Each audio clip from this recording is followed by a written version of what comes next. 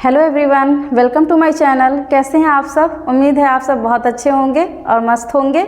जैसे कि आप जान रहे हैं कि हम लोग क्या पढ़ रहे हैं, एक्सक्रीटरी सिस्टम। ठीक है, एक्सक्रीटरी सिस्टम में मैंने 2 पार्ट ऑलरेडी कवर कर दिया है, जिसमें पार्ट फर्स्ट में मैंने पढ़ाया था क्या कि जो आपका किडनी होता है, किडनी के स्ट्रक्चर, और प्लस जो पार्ट सेकेंड थे उसमें मैंने नेफ्रॉन का स्ट्रक्चर पढ़ाया था। जो नेफ्रॉन क्या था, किडनी का बेसिक क्या है या फिर स्ट्रक्चरल या फंक्शनल यूनिट था। ठीक है, अब बात करते हैं कि अब ये नेफ्रॉन काम कैसे करता है, मतलब या फिर कह सकते हैं कि जो हमारे शरीर में जो ब्लड आता है, तो ब्लड लेकर जो किडनी में जा रहा था उस धमनिका का क्या नाम था, उसको हमने नाम दिया था क्या, अफरेंट आर्टरियोल। ठीक है, या अभिवाही धमनिका। वो क्या करेगा, वो ब्लड को लेकर आएगा हमारे किडनी में, और किडनी को फिल्ट्रेशन का काम करेगा कौन, फिल्टर करने का या छानने का काम करेगा कौन, हमारा नेफ्रॉन। अब ये नेफ्रॉन कैसे कैसे वर्क करता है, तो चलिए इसके बारे में हम आज समझते हैं। तो देखा जाए अगर एक नेफ्रॉन का स्ट्रक्चर तो कुछ इस प्रकार था।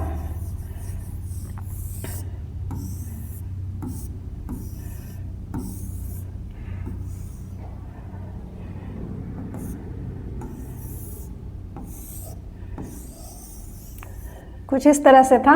ठीक है, जिसमें कि ये आपका क्या था, ये इसको हम लोग नाम दिए थे क्या, ये आपका था ग्लोमेरुलस,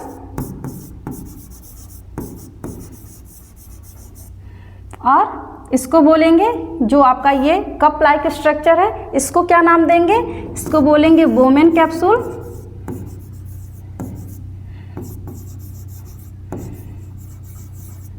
और यहाँ से एक धमनिका आती थी, ठीक है, जो क्या करेगी, ब्लड को लेकर आती है। इसको क्या नाम देंगे, ये क्या है आपका अफरेंट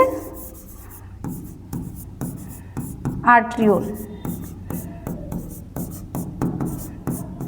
और यही फिर आगे जब ये छोटे छोटे कैपिलरी में डिवाइड हो जाती थी, उन्हीं को ही बोमेन कैप्सूल बोलते हैं। और एक धमनिका इधर से आपको निकलती हुई दिखाई दे, जो ब्लड को क्या करेगी, अब ले जाने का काम करेगी। इसको बोलते थे क्या, इफरेंट आर्टरियोल, इफरेंट आर्टरियोल। ठीक है, तो ये थे इसके पार्ट। और ये जो पास वाले पार्ट थे इनको नाम देते थे क्या, पीसीटी। और ये जो दूर वाले, ये वाले जो पार्ट है, इनको नाम देते थे डीसीटी, मतलब प्रॉक्सिमल कॉन्वोल्यूटेड ट्यूब्यूल और डिस्टल कॉन्वोल्यूटेड ट्यूब्यूल। और ये जो यू शेप स्ट्रक्चर है, इसको नाम देते थे loop of Henle, loop of Henle. ठीक है, और ये आपका क्या था, कलेक्टिंग डक्ट, कलेक्टिंग डक्ट। तो कुछ इस टाइप का स्ट्रक्चर था क्या, नेफ्रॉन का। अब इसमें आप देखेंगे जो यहाँ पे ये जो आपको ये कैपिलरी दिख रही है, मतलब जो आर्टरियोल दिख रही है, सॉरी, ये जो धमनिका आपकी है आर्टरियोल, ये क्या करेगी, ये हमारे बॉडी से क्या करेगी, रक्त को लेकर आएगी और वो कहाँ पर देगी, फिर ये चला जाएगा कहाँ पर, ये बोमेन कैप्सूल में। जब ये बोमेन कैप्सूल में मतलब जो ग्लोमेरुलस है वहाँ पे ये पहुँचेगा, और उसको फिर क्या करेगा, जो भी सॉलिड पार्ट है उनको क्या करेगा, फिल्टर कर देगा, और नीचे जितने भी लिक्विड वेस्ट हैं उनको क्या करेगा, नीचे की तरफ उनको भेज देगा। जैसे आपने घर में आप लोग देखे होंगे, चाय छन्नी देखे होंगे, चाय छानते वक्त देखते होंगे क्या होगा, जो सॉलिड पार्टिकल है, मतलब जो चाय पत्ती है, वो चाय छन्नी में क्या रहती है, रह जाती है, और जो नीचे रहते हैं लिक्विड पूरे पार्ट, यानी कि चाय हमारा नीचे की तरफ छन जाता है। तो ऐसे इसमें भी जितने भी लिक्विड वेस्ट मटेरियल थे वो नीचे यहाँ पर हमारे इस ट्यूब्यूल में आ जाते हैं। और अब देखिए, अब इसको हम नाम क्या देंगे, अब जब छनने के बाद, मतलब जो ये ग्लोमेरुलस के द्वारा जब ये हमारा ब्लड छन जाएगा, तो अब इसको नाम दे देंगे क्या, फिल्ट्रेट। इसको अब बोलेंगे फिल्ट्रेट। ठीक है, अब ये फिल्ट्रेट, अब देखिए इसमें बहुत सारी चीज़ें प्रेजेंट होंगी, ऐसा नहीं है कि सारे के सारे वेस्ट मतलब मटेरियल ही प्रेजेंट हो। अब इस फिल्ट्रेट में आपका प्रेजेंट हो सकता है वाटर भी होता है, दूसरे कलर से इसको लिख दे रहे हैं, वाटर प्रेजेंट होता है, सोडियम आयन भी कुछ प्रेजेंट होते हैं। ठीक है, या फिर कह सकते हैं इसमें इलेक्ट्रोलाइट्स भी, या कुछ इलेक्ट्रोलाइट्स भी प्रेजेंट होते हैं। आयंस प्रेजेंट होते हैं, ठीक है। मतलब इसमें बहुत सारी भी ऐसी भी चीज़ें प्रेजेंट होती हैं जो हमारे काम की चीज़ें होती हैं, ठीक है। तो अब जैसे ही वो पीसीटी में पहुंचेगा, मतलब पीसीटी या डीसीटी में, मतलब ट्यूब्यूलर रीजन में जैसे ही पहुंचेगा, तो अब क्या होगा कि जो हमारा किडनी होता है या फिर हमारा जो बॉडी होता है वो बहुत कंजूस टाइप का होता है। वो सोचता है कि कोई भी चीज़ें हमारे जो शरीर की जितनी भी कोई भी ऐसी चीज़ें जो हमारे शरीर के लिए आवश्यकता होंगी, यानी हमारे लिए ज़रूरी हैं, उनको हम वापस मतलब बाहर ना वेस्ट जाने दें, मतलब उनको बाहर ना निकलने दें। तो इसके लिए यही जो आपकी ये जो आपकी इफरेंट आर्ट्रियोल दिख रही है वो इन्हीं का इस पर ऐसे जाल सा, मतलब इसके ऊपर पूरा ये क्या होती हैं, फैली होती हैं, ठीक है। कि अगर जैसे ही मान लीजिए गलती से यहाँ पे जो भी यूज़फुल मटेरियल आया तो वो क्या करेंगे, उनको रीअब्जॉर्ब कर लेती हैं, क्या करेंगे, उनका फिर से अवशोषण कर लेती हैं, कि जिससे कोई भी जो हमारी यूज़फुल की चीज़ें हैं वो शरीर से बाहर वेस्ट ना जाने पाए। देन फिर यहाँ से ये फिल्टर होके ये पहुँचेंगी कहाँ पर, डीसीटी में, और डीसीटी के बाद ये पहुँच जाती हैं इस कलेक्टिंग डक्ट में। और जब ये कलेक्टिंग डक्ट में आती है छनकर, तो यहाँ पे जो आती है उन्हीं को नाम दिया जाता है यूरिन, जो क्या होगा, यूरेथ्रा के थ्रू क्या हो जाता है, बाहर निकाल दिया जाता है। तो अगर हम बात करें इनके फिल्ट्रेशन की, मतलब ब्लड फिल्ट्रेशन या यूरिन फॉर्मेशन की, तो इसमें 3 स्टेप आते हैं। क्या क्या आएगा, जो हमारा यूरिन फॉर्मेशन होता है उसमें 3 स्टेप आते हैं, ठीक है। पहला आता है आपका ग्लोमेरुलर फिल्ट्रेशन, ठीक है।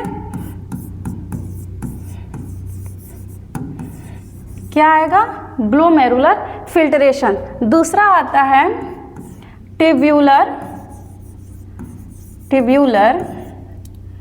रीएब्जॉर्प्शन।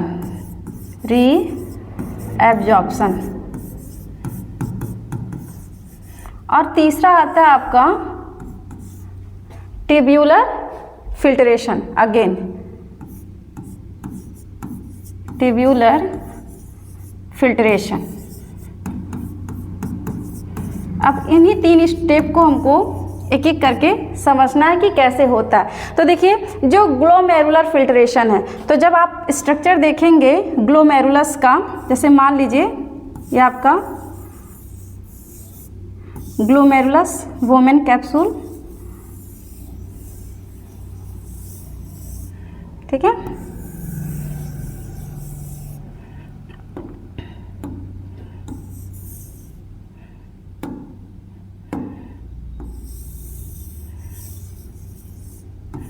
कुछ इस प्रकार का। तो इसमें आप देखेंगे तो सबसे पहले जो ये वाला रीजन है, ठीक है, इस रीजन में आप देखेंगे तो जब ये अफरेंट आर्ट्रियोल जब ब्लड को लेकर आ रही थी तो उसको छानने का काम कौन कर रहा था, ये हमारा ग्लोमेरुलस। तो जब ग्लोमेरुलस के द्वारा जब फिल्ट्रेशन होगा तो उसी को नाम देते हैं पहले ग्लोमेरुलर फिल्ट्रेशन, ठीक है। तो इस रीजन को यानी कि बोमन कैप्सूल में जो काम हो रहा है उसको हम बोलेंगे ग्लोमेरुलर फिल्ट्रेशन। ये हमारा फर्स्ट स्टेप होता है, यानी कि फिल्ट्रेशन का या छानने का काम कहाँ पे होगा, इसी ग्लोमेरुलस रीजन में होता है। उसके बाद आता है ट्यूब्यूलर रीएब्जॉर्प्शन, क्योंकि जैसे ही मैंने बताया ना कि जब यहाँ पे फिल्टर हो जाएगा तो अब यहाँ पे इसको फिल्टर ना कह के, मतलब ब्लड जो हमारा फिल्टर हो गया अब उसको क्या बोलेंगे, फिल्ट्रेट बोलेंगे। अब वो फिल्ट्रेट में जो आपके इलेक्ट्रोलाइट, मतलब जितनी भी यूजफुल चीज़ें जो इसमें प्रेजेंट होंगी, अभी क्या करेगा, इस जो डक्ट में जो आपका पीसीटी है, डीसीटी है या लूपा फेनले है, इस रीजन में जितने भी आपके मान लीजिए यूजफुल प्रोडक्ट आपके जो भी इसमें प्रेजेंट होंगे, जो भी मटेरियल प्रेजेंट होंगे, तो जो यहाँ से ये इफरेंट आर्ट्रियोल आ रही थी वो क्या करेगी, उनका पुनः अवशोषण करती है, ठीक है, कि जिससे हमारे शरीर से कुछ भी वेस्ट ना जाने पाए, कुछ भी जो भी हमारी यूजफुल चीज़ें हैं वो बाहर ना निकलने पाए। तो ये ट्यूब्यूल रीजन में हो रहा है, मतलब एक तरह से ट्यूब लाइक स्ट्रक्चर में हो रहा है, इसीलिए इसको बोलते हैं ट्यूब्यूलर रीएब्जॉर्प्शन। फिर है देखिए यहाँ पे फिर से लिखा ट्यूब्यूलर फिल्ट्रेशन, इसलिए ट्यूब्यूलर फिल्ट्रेशन क्योंकि कभी कभी ऐसा होता है कि मान लीजिए बाय मिस्टेक फिर भी आपके पीसीटी से जैसे ही आगे चल के ये हमारा वेस्ट जो लिक्विड आगे की तरफ जा रहा है, उसमें अगर फिर से कहीं कुछ भी गलती से कोई भी थोड़ा भी कोई यूज़फुल अगर मटेरियल इसमें देखने को मिलेगा तो वो फिर से क्या करेगा, जो हमारा इफरेंट आर्ट्रियोल है उसको क्या करेगा, फिर से एब्जॉर्ब कर लेगा, मतलब उसको फिल्टर कर देगा। सॉरी, जो ये आपका ये डक्ट है ये क्या करेगा, उसको फिल्टर कर देगा। और जब यहाँ पे फिल्टर हो जाएगा तो उसको फिर से इफरेंट आर्ट्रियोल जो है क्या करेगी, उसको लेकर पूरे बॉडी में पहुँचा देगी। और यहाँ पर फिर सिर्फ क्या बचेगा, हमारा यूरिन बचेगा। क्या बचेगा, यूरिन, ठीक है। और यही यूरिन फिर यूरेथ्रा के थ्रू क्या हो जाएगा, बाहर निकाल दिया जाता है। तो यही यूरिन फॉर्मेशन के कुछ प्रोसेस हैं जो बहुत आपको इजीली समझ में आ जाएगा। अगर आप सिर्फ इसके स्टेप को ही देख लेंगे तब भी समझ में आ जाएगा, कोई बहुत टफ नहीं होता है आपका जो यूरिन फिल्ट्रेशन है, ठीक है। तो आगे बात करें मतलब यूरिन फॉर्मेशन या ब्लड फिल्ट्रेशन, ठीक है।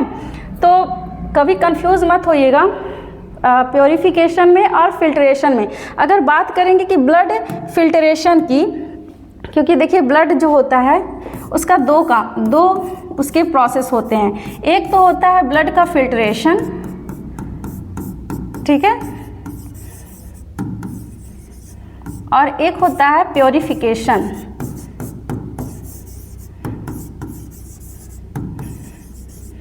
ठीक है।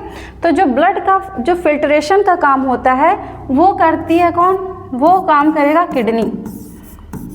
किडनी, और किडनी में कौन, नेफ्रॉन में, यानी कि रक्त छानने का काम होता है हमारे किडनी में। और प्योरिफिकेशन की बात करें तो प्योरिफिकेशन होता है हमारे कहाँ पे, यहाँ पे प्योरिफिकेशन का काम कौन करेगा, हार्ट करेगा, ठीक है। ब्लड को शुद्ध करने का काम करता है हार्ट, हमारे फेफड़े करते हैं। और अगर वहीं पे बात करें कि अगर वहीं जलवाष्प की अगर बात कर लें तो उनको प्योरिफिकेशन करने का काम करता है लंग, ठीक है। लंग का भी काम है प्योरिफिकेशन में, लेकिन वो किसका प्योरिफिकेशन करेगा, जो हमारे वाष्प मतलब जो जितने भी वायु हैं, जैसे कार्बन डाइऑक्साइड हो गया, उनको बाहर निकालना, ऑक्सीजन को लेना है, तो ये किसका काम होगा, लंग का। तो आइए चलते हैं, समझते हैं यूरिन फॉर्मेशन के जो क्रिया हैं। तो इसमें पहले आप देखेंगे, अगर स्टेप की बात करें तो इसमें देखिए कौन कौन से स्टेप आएंगे। सबसे पहले आएगा ग्लोमेरुलर फिल्ट्रेशन। अभी मैंने बताया था कि पहला स्टेप क्या होगा, glomerular filtration, then tubular reabsorption, फिर टिब्यूलर फिल्ट्रेशन। तो बात करें सबसे पहले किसके, फर्स्ट स्टेप की, ग्लोमेरुलर फिल्ट्रेशन की। तो इसमें क्या होगा कि in which blood is filter by passes through glomerular capillary. जो आप यहाँ पे ऐसे आप यहाँ पे ये कैपिलरी देख रहे होंगे, ठीक है, इसी को क्या बोलते हैं, ग्लोमेरुलर कैपिलरी। इसी के थ्रू क्या होगा, जो हमारा ब्लड होता है वो फिल्टर होता है, मतलब छनता है, ठीक है। It is first step of urine formation in which only plasma filter. इसमें क्या होगा, प्लाज्मा फिल्टर होता है, क्योंकि आप जानते हैं जो हमारा ब्लड होता है उसमें दो कंपोनेंट, मतलब जो हमारा जो रक्त है वो दो कंपोनेंट से मिलकर बना होता है। कौन कौन सा, एक आपका होता है प्लाज्मा और दूसरा होता है ब्लड कार्पसेल्स, ठीक है। तो ये किसको छानने का काम करता है, प्लाज्मा को। लेकिन इसमें याद रखिएगा इसमें प्रोटीन नहीं छनता है, ठीक है। दूसरा है फिर इसमें क्या हो जाएगा कि प्लाज्मा के जितने भी तत्व हैं वो क्या होते हैं, फिल्टर हो जाते हैं, परंतु प्रोटीन नहीं होता है, याद रखिएगा। क्योंकि प्रोटीन का क्या होता है, साइज जो होता है बहुत हैवी होता है, इसकी वजह से ये क्या होता है, इनका फिल्ट्रेशन नहीं होता। तो याद रखिएगा कि प्लाज्मा के सभी तत्व फिल्टर हो जाएंगे, जितने उसमें सोडियम आयन है, वाटर है, सब कुछ, लेकिन कौन नहीं होगा, उसका प्रोटीन फिल्टर नहीं होता है। अगर बात करें सामान्यतः अगर 1 मिनट में तो 125 ml और एक दिन में कम से कम 180 लीटर रक्त जो होता है वो किडनी क्या करेगा, फिल्टर करने का काम करता है। अगर बात करें किडनी से कि एक दिन में हमारी किडनी कितना ब्लड को फिल्टर कर सकती है, तो लगभग 180 लीटर, कहीं कहीं 200 लीटर भी दिया गया है। तो ये आपका ये जो नंबर है वेरी करता है, लेकिन अगर अप्रॉक्स बोला जाए तो कितना, 180 लीटर। दूसरा है आपका टिब्यूलर रीएब्जॉर्प्शन मतलब ट्यूब्यूलर अवशोषण। अब बोले ना कि जो भी यूज़फुल चीज़ें हैं, बोले थे अभी हमारा जो बॉडी है वो बहुत क्या होता है, कंजूस टाइप का होता है कि कुछ भी हमारा वेस्ट ना हो, हम कुछ भी जो भी खाएं हमको सारा हमारे शरीर को मिलना चाहिए, ठीक है। तो वो कुछ भी जो भी यूज़फुल चीज़ें उनको वो बाहर नहीं जाने देगा, तो इसलिए उनका फिर से क्या होता है, अवशोषण किया जाता है। तो बाई ग्लोमेरुलस तो 180 लीटर ब्लड तो फिल्टर हो गया, लेकिन उस फिल्टर में भी देखिएगा 99% वो फिर से अगेन क्या करता है, रीएब्जॉर्ब कर लेता है, ठीक है। फिर है in this process water and other necessary substance again reabsorb bye renal tubules. Renal tubules में अभी मैंने बताया था पार्ट फर्स्ट में आप देखिएगा, उसमें रीनल ट्यूब्यूल्स में आपके कौन कौन से पार्ट आते थे, एक आपका proximal convoluted tubule, second loop of Henle and distal convoluted tubule. उनके द्वारा जो भी नेसेसरी सब्सटेंस उनको क्या कर लिया जाता है, फिर से अवशोषित कर लिया जाता है। यह ऐसी प्रक्रिया है जिसमें क्या करेंगे, फिर से पानी एवं आवश्यक तत्वों को क्या करेंगे, फिर से अवशोषित कर लेंगे। It is selective process in which only reabsorb necessary substance. मतलब ये एक तरह से देखा जाए सेलेक्टिवली परमिएबल होता है, ठीक है। मतलब जो भी उसकी यूजफुल की चीज़ें हैं सिर्फ वो उन्हीं को अवशोषित करेगा, बाकी जो उनकी ज़रूरत की चीज़ें नहीं हैं उनको उस ट्यूब के थ्रू क्या करेगा, उनको आगे यूरिन के फॉर्म में पास कर देता है कि जाओ अब तुम्हारा कोई ज़रूरत नहीं है, तुम क्या हो, एक तरह से वेस्ट मटेरियल हो, तुम आगे जाओ, ठीक है। सिर्फ वो किसको एब्जॉर्ब करेगा, सिर्फ जितने भी उनके यूज़फुल के लिए, मतलब हमारे बॉडी के लिए जो भी यूज़फुल सब्सटेंसेस हैं, ठीक है। तो ये हो गया ट्यूब्यूलर। अब आप देख सकते हैं कि किस तरह से अवशोषित करे से आप देख लीजिए यहाँ पे, ये हमारा क्या है, ये अफरेंट आर्ट्रियोल्स है, ठीक है, और ये इफरेंट आर्ट्रियोल। यही क्या करेगी, देखिए यहाँ पे ये पूरे इस ट्यूब लाइक स्ट्रक्चर पर क्या है, एक जाल जैसा स्ट्रक्चर संरचना बना लेती है कि जहाँ पर भी, जैसे मान लीजिए यहाँ से कुछ फिल्ट्रेट आया, इसमें कुछ भी थोड़ा सा भी उसको कुछ शुद्ध पदार्थ मतलब अपनी यूज़फुल का चीज़ दिखा तो क्या करेगा, तुरंत उसको एब्जॉर्ब करके बॉडी को दे देगा। फिर आगे चल के फिर उसको कहीं दिखा, ऐसे चल करते करते उसको जहाँ भी कुछ दिखेगा वो उसको एब्जॉर्ब करता जाएगा और हमारी बॉडी को क्या करेगा, उसको ट्रांसफ़र करता जाएगा। और अगेन लास्ट में इस कलेक्टिंग डक्ट में आपका आ जाएगा क्या, यूरिन, और फिर इससे क्या हो जाएगा, यूरिन पास हो जाएगा, मतलब जितने भी लिक्विड वेस्ट मटेरियल हैं वो जिसको आप बोलते हैं मूत्र के मतलब मूत्र मार्ग के रास्ते से क्या होगा, वो बाहर एक्सक्रीट कर दिया जाता है। और लास्ट है इसका ट्यूब्यूलर छनन, ठीक है। अब इसमें क्या होगा कि बाय चांस अगर मान लीजिए गलती से भी कि कुछ में जिसमें जो रक्त ग्लोमेरुलर में फिल्टर नहीं हो पाया होगा, मतलब जो कुछ पार्ट ऐसे हैं जो नहीं फिल्टर हुए होंगे, तो वो क्या होगा, पुनः रीनल ट्यूब्यूल के द्वारा क्या हो जाता है, फिल्टर कर लिया जाता है, ठीक है। तो ये होगा ट्यूब्यूलर फिल्ट्रेशन। अब बात करें अगर यूरिन के केमिकल कंपोनेंट की, ठीक है, यानी कि कौन कौन से केमिकल कंपोजिशन है, कितना किसका पार्ट है यूरिन में, उनकी अगर बात करें तो इसमें आप देखेंगे सबसे पहले देखेंगे per day excretion. Per day excretion की बात करें तो यूरिन का फॉर्मेशन पर डे कितना होगा, 1 से 2 लीटर, ठीक है। कितना होता है, 1 से 2 लीटर होता है, जिसमें आपका क्या होता है 95% आपका क्या प्रेजेंट होता है उसमें वाटर। यूरिया की बात करें तो 2.6% मतलब 2.6% होता है इसमें यूरिया। यूरिक एसिड पाया जाता है 0.3%। और अगर यूरिन के पीएच की बात करें कि यूरिन का पीएच कितना होता है तो वो 6 होता है। 6 का मतलब क्या होगा, वो अम्लीय होगा, ठीक है। और अगर बात करें यूरिन के कलर की कि जो यूरिन का जो येलो कलर है वो किसके कारण होता है, तो उसमें हमारे यूरिन में प्रेजेंट होता है यूरोक्रोम, ठीक है। ये एक पिगमेंट है जिसकी वजह से यूरिन का कलर क्या देखने को मिलता है, येलो देखने को मिलता है, ठीक है। तो ये तो बात हो गई यूरिन फॉर्मेशन की, ठीक है, मतलब ब्लड फिल्ट्रेशन की बात हो गई। लेकिन कभी कभी आपने सुना होगा कि मनुष्य का कभी सुने होंगे कि उसकी किडनी काम नहीं कर रही है, ठीक है। प्रॉपर ढंग से जब किडनी काम नहीं करती है तो उस केस में हम लोग क्या करते हैं, ठीक है। तो उस केस में आप लोग सुने होंगे, बहुत लोगों का सुने होंगे कि डायलिसिस हो रहा है, ठीक है, डायलिसिस होता है।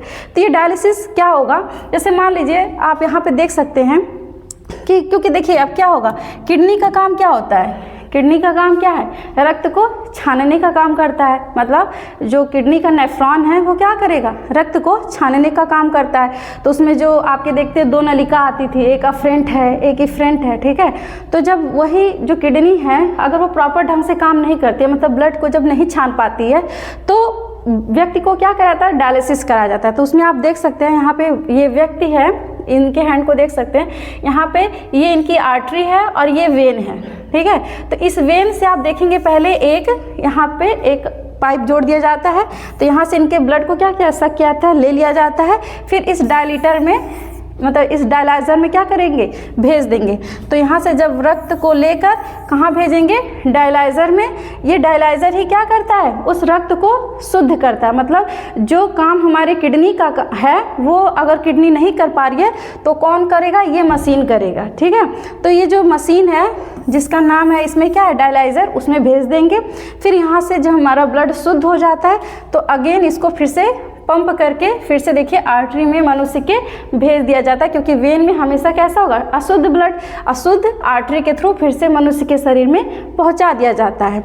अब देखिए, अब आप सोचेंगे कि मान लीजिए व्यक्ति के शरीर से बाहर ये ब्लड निकल रहा है, तो अब तो ये जम जाना चाहिए कुछ समय बाद, तो उसका थक्कन ना बनने पाए इसीलिए उसमें एंटीकोगुलेंट का क्या करते हैं? इंजेक्शन लगाते हैं। जैसे हिपैरिन हमारे शरीर में प्रेजेंट होता है कि रक्त का थक्का ना बनने पाए, उसको रोकने के लिए क्या होता है? हिपैरिन प्रेजेंट होता है।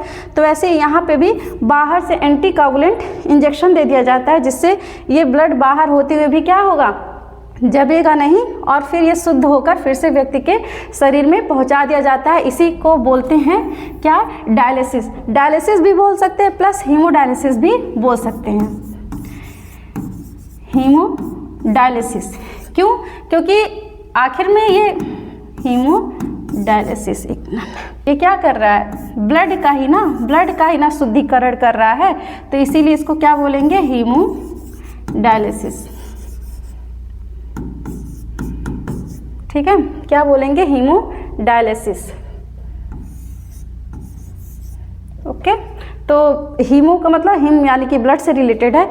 तो आप समझ गए होंगे कि अगर मान लीजिए जब भी व्यक्ति का किडनी काम नहीं करता है दोनों प्रॉपर ढंग से, तो क्या करेंगे? उसको डायलिसिस पे उसका ब्लड शुद्ध करवाया जाता है, जिसमें कि आपका ये मशीन आपको दिख रहा होगा कुछ ऐसे ही। इसमें 2 नलिका होती हैं, एक से अशुद्ध ब्लड लिया जाता है और एक से शुद्ध करके फिर से उसको आर्टरी में भेज दिया जाता है। तो ये बात हो गई डायलिसिस की। अब हम किडनी से संबंधित मतलब एक्सक्रीटरी ऑर्गन से संबंधित कुछ बीमारियां भी देख सकते हैं, मतलब कुछ रोग भी हो जाते हैं, उनको भी आप देख सकते हैं, जिसमें कि सबसे पहला है आपका रीनल स्टोन, ठीक है। रीनल स्टोन तो आपने सुना होगा कि वो क्या बोलते हैं उसको? स्टोन हो गया, मतलब पथरी हो गया, ठीक है। तो जो पथरी होता है वो 2 जगह बनता है। एक आपका बनता है आपके जो गॉल ब्लैडर होता है, मतलब पित्ताशय, जिसको बोलते हैं पित्ताशय की थैली, वहाँ पे एक आपका बनता है, और एक आपका बनता है यहाँ पर, कहाँ पे? रीनल स्टोन, मतलब किडनी में, ठीक है। एक कहाँ पे बनेगा? किडनी में। तो किडनी में बनने की वजह से इसका नाम क्या दिया जाता है? रीनल, क्योंकि पता ही है रीनल किससे संबंधित है? किडनी से। तो इसमें स्टोन बनने के कारण इसका नाम क्या दिया जाता है? Renal stone. तो आप देखेंगे जैसे मान लीजिए ये आपका किडनी है, किडनी, ठीक है। तो इसमें यहाँ पर फिर इनसे ये यूरेटर लगे रहते हैं, ये पेयर में होते हैं, ठीक है। फिर यहाँ से ऐसे इनका यूरिनरी ब्लैडर देन यूरेथ्रा। तो यहाँ पर क्या होगा कि कभी कभी ये जो स्टोन होते हैं ऐसे ऐसे छोटे छोटे यहाँ पर क्या होते हैं? ऐसे यहाँ पे देखने को मिलते हैं। कभी कभी जरूरी नहीं है, मतलब मोस्टली यूरेटर में ही देखने को मिलते हैं। कभी कभी यहाँ पे इनके रीनल मेड्यूला में भी फंसे हुए या नेफ्रॉन में फंसे हुए दिखते हैं, ठीक है। तो ये होता है आपका क्या? रीनल स्टोन, ठीक है। गुर्दे की पथरी जिसको बोलेंगे, ठीक। तो हम यहाँ पे पढ़ रहे हैं किसका? एक्सक्रीटरी सिस्टम से, इसलिए हम गुर्दे की पथरी पढ़ेंगे। तो जो गुर्दे की पथरी है, वैसे पथरी मोस्टली किसकी वजह से सबसे ज़्यादा होता है? तो ये it is due to high level of uric acid या कैल्शियम ऑक्सलेट। लेकिन सबसे ज़्यादा अगर बात करें कि ये रीनल जो स्टोन है वो किससे बनता है, तो सबसे ज़्यादा बनता है कैल्शियम ऑक्सलेट, इससे लगभग मान के चलते 80% इसके अक्यूमुलेशन के द्वारा, मतलब इनके इकट्ठा होने से, और प्लस मान सकते हैं 20% आपके कोलेस्ट्रॉल के कुछ गांठें देखने को मिलती है। ठीक है, कोलेस्ट्रॉल के कुछ गांठ देखने को मिलती हैं। तो यहाँ पे किसकी वजह से होता है, तो हाई लेवल ऑफ किसके, यूरिक एसिड, कैल्शियम ऑक्सलेट। तो इसमें क्या होगा, जो केमिकल है गेट प्रेसिपिटेट, मतलब क्या हो जाएगा, वो प्रेसिपिटेट हो जाता है, मतलब जमाव होने लगता है, वो जम जाते हैं इन यूरिनरी पैसेज। ठीक है, यूरिनरी पैसेज यानी कि ये जो यूरेट्रा है हमारा, उसी में क्या हो जाएंगे, वो जमा होने लगता है। और ये क्या करेंगे, ये क्या कॉज करेंगे, किडनी स्टोन, इन्हीं को बोलते हैं रीनल स्टोन। ठीक है, दूसरा है सिस्टाइसिस। ठीक है, सिस्टाइटिस बोल सकते हैं या मूत्राशय शोथ भी इसको बोलते हैं। तो इसमें क्या होगा, inflammation of urinary bladder causing frequent urination and burning sensation, यानी कि जो बार बार जो पेशाब आने या जो बार बार मूत्र आता है, तो उसमें जलन की वजह से क्या हो जाएगा, मूत्राशय की सूजन, मतलब मूत्राशय में क्या हो जाएगा, सूजन हो जाएगा। तो मूत्राशय क्या था, जैसे ये मान लीजिए आपका किडनी और ये आपका यूरेटर, तो ये जो आपका यूरिनरी ब्लैडर, इसी को क्या बोलते हैं, मूत्राशय, उसी में क्या हो जाएगा, स्वेलिंग हो जाएगी, मतलब सूजन आ जाती है, तो उसी को बोल देंगे, क्या टर्म देंगे, सिस्टाइटिस। ठीक है, तीसरा है डिजीज इसमें आपका यूरीमिया, क्या बोलेंगे, यूरीमिया। अब यूरीमिया में देखिए इसमें क्या होगा, accumulation of urea in blood, यानी कि अगर हमारे ब्लड में ज़्यादा से ज़्यादा किसका जमाव हो जाए, यूरिया का। ठीक है, यूरिया जब इकट्ठा होने लगेगा तो उसी को क्या नाम दे देंगे, यूरीमिया।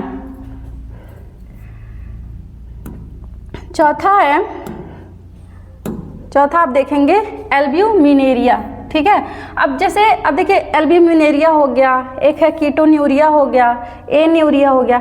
तो आप जैसे मान लीजिए हमारा जो एक्सक्रीटरी, मतलब जो अगर सॉलिड एक्सक्रीटरी मटेरियल जान रहे हैं आप, यूरिन है। ठीक है, तो कभी कभी ऐसा होता है कि एडवर्स कंडीशन में क्या हो जाएगा, यूरिन के में जो भी आएंगे तो सारे वेस्ट मटेरियल, लेकिन कभी कभी उसके साथ अगर आप देखेंगे एल्ब्यूमिन का भी एक्सक्रीशन होने लगे, या फिर कभी कभी देखेंगे कीटोन उनके साथ उनका भी एक्सक्रीशन होने लगे। ठीक है, तो उसी तरह से उसका नाम दे दिया जाता है। अगर एल्ब्यूमिन का सिक्रीशन हुआ यूरिन के साथ तो उसको क्या बोल देंगे, एल्ब्यूनेरिया।